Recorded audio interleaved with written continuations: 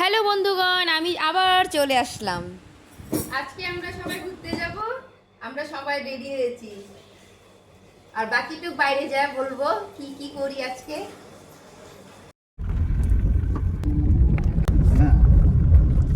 গল্প করতেছি। গল্প করো জিজুর সঙ্গে।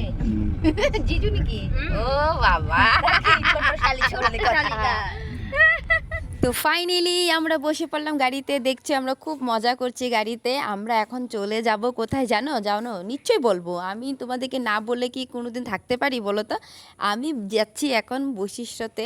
আমাদের যাওয়ার প্ল্যানিং ছিল কলাক্ষেত্রতে, কিন্তু সময়ের অভাবে আমরা যেতে পারবো না, তাই আমরা বৈশিষ্ট্যতে চলে গেলাম। এই যে দেখো বৈশিষ্ট্যতে একদম সেম টু সেম কামাখ্যার মেলার মতো মেলা বসেছে এখানে। এখানেও দেখো দোকানপাট যা যা লাগে সবাই এখানে কেনাকাটিও করতে পারে। আর এইখানে দেখো এই যে ভীষণ বড় খাবার লাইন, এই যে দেখো, দেখছো প্রচুর লাইন, প্রচুর ভক্ত এসেছে, সাধুরা এসেছে এখানে। এখানেও সেরকম সেম ব্যবস্থা আছে যেরকম আমাদের মা মন্দিরে যে ব্যবস্থা থাকে। তো এই যে দেখো বাইরে দিয়ে আমি তোমাদেরকে ফুটেজটা দেখাচ্ছি, কেননা ভিতরে তো ঢুকতে পারবো না, সব কিছু বন্ধ আছে। তাই এই পবিত্র জলটাকে প্রণাম করে আশীর্বাদ নিয়ে সবার গায়ে ছিটিয়ে দিলাম।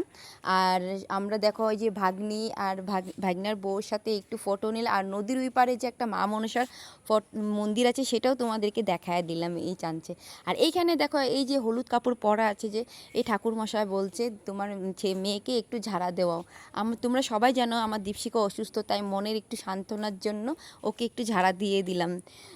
তো তারপরে দেখো এখন আমরা যাওয়ার পথে আমরা চলে যাব বাড়িতে যাব না, আরেক জায়গায় যাব, সেটাও ভিডিও তোমাদেরকে দিব। আর ভিডিওটা কেমন লেগেছে একটু আমাকে জানিও। আজকের জন্য টাটা।